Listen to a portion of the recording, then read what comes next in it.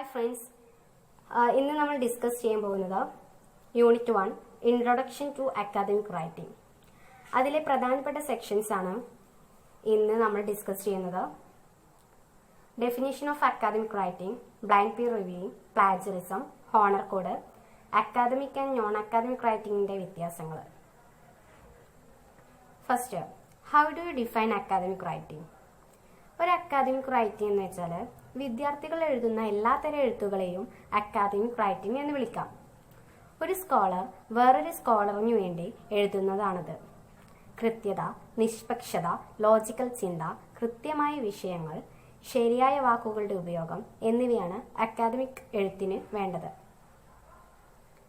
അതിൻ്റെ definition: academic writing refers to all the writing tasks students are given. It is a writing by a scholar to be checked and or used by another scholar. Clarity, objectivity, logical thinking, accuracy of facts, and appropriate vocabulary are essential for any academic writing. Next topic, blind peer reviewing. എന്താണ് blind peer reviewing?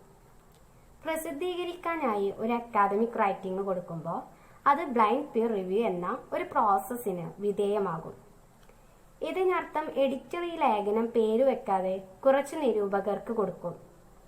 അവ വിമർശനാത്മകമായി വിലയിരുത്തിക്കൊണ്ട് ആ ലേഖനം പ്രസിദ്ധീകരിക്കാൻ യോഗ്യതയുള്ളതാണോ എന്ന് തീരുമാനിക്കും. നിരൂപകൻ ആരാണെന്ന് ലേഖകൻ അറിയുന്നില്ല. ഇതിന്റെ definition: when an academic writing is written for publication, it undergoes a process is called a blind peer review.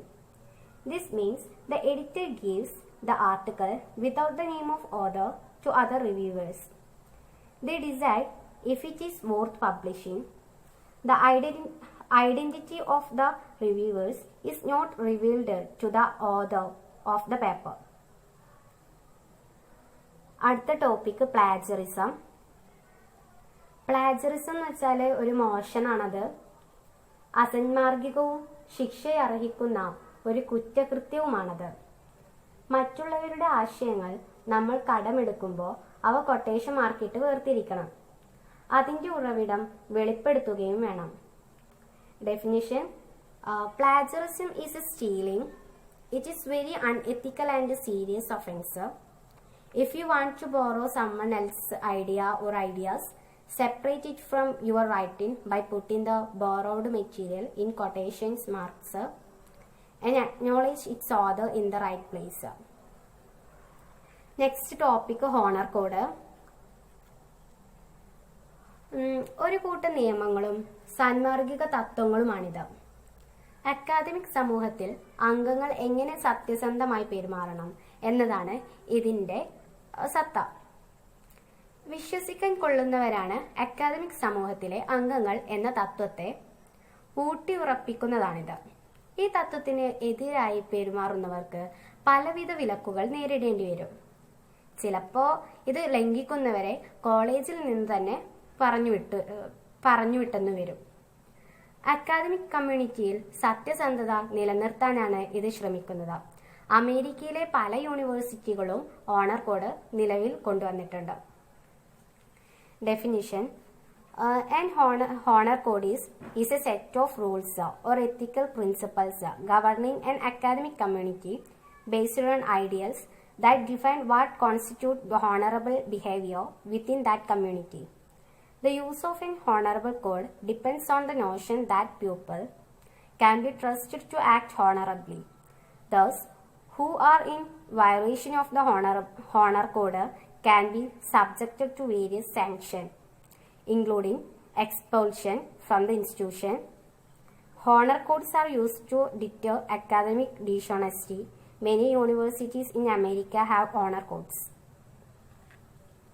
Next topic, അക്കാദമിക്കും നോൺ അക്കാദമിക് റൈറ്റിംഗും തമ്മിലുള്ള വ്യത്യാസം.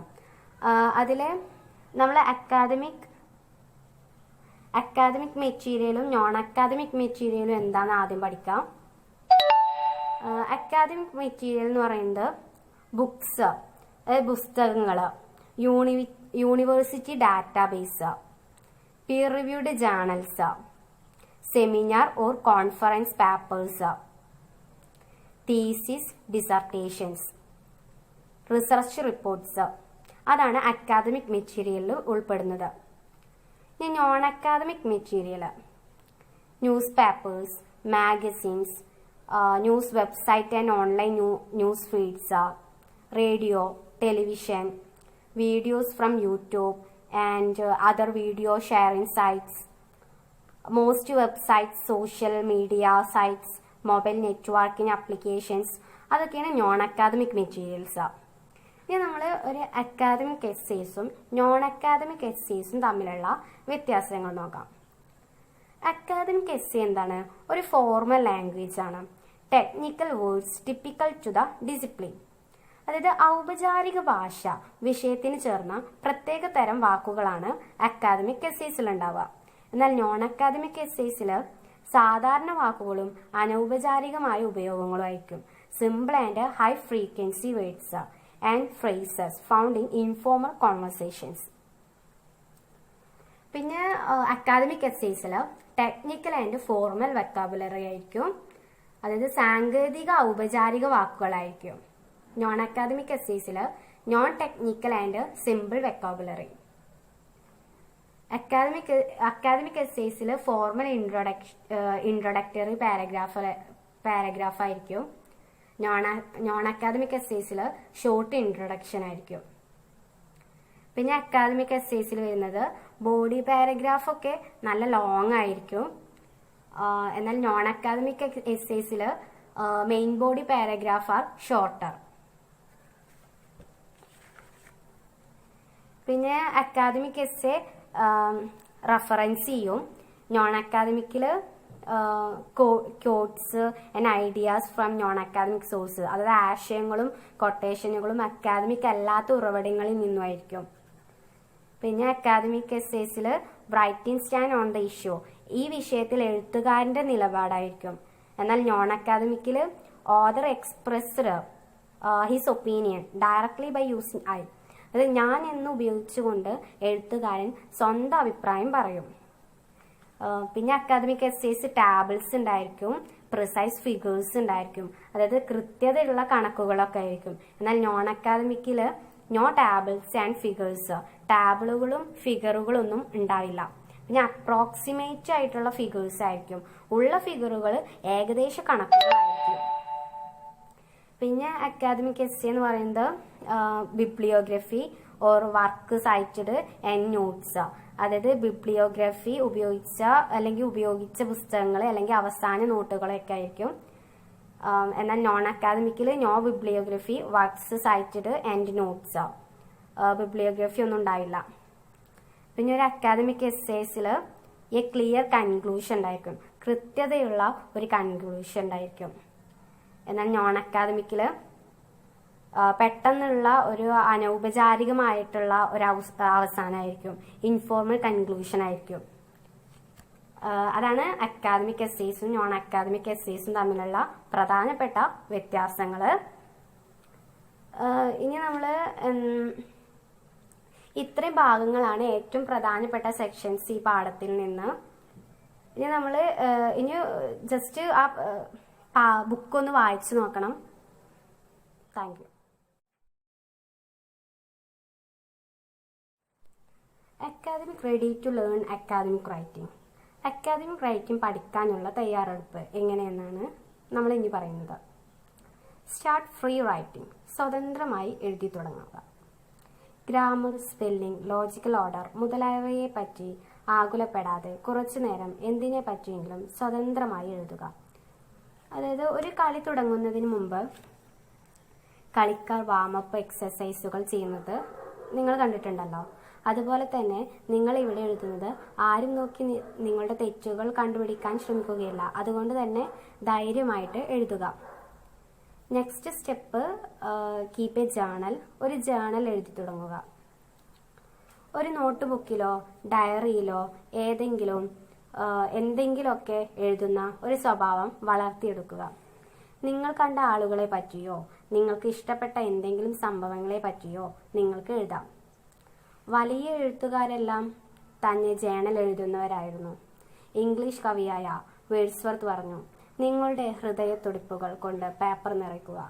ഫിൽ your paper with the breathings of your heart. Next, reading and writing. നല്ല എഴുത്തുകാരനാണെങ്കിൽ വായന അത്യാവശ്യമാണ്. നിങ്ങൾ എഴുതാൻ ഉദ്ദേശിക്കുന്ന വിഷയത്തെ പറ്റി മറ്റു പലരും നിങ്ങൾക്ക് മുൻപേ തന്നെ എഴുതിയിട്ടുണ്ടാകും. അതുകൊണ്ട് വായന നിങ്ങൾക്ക് നല്ല ആശയങ്ങൾ തരും. Next step, think critically. വിമർശനാത്മകമായി ചിന്തിക്കുക.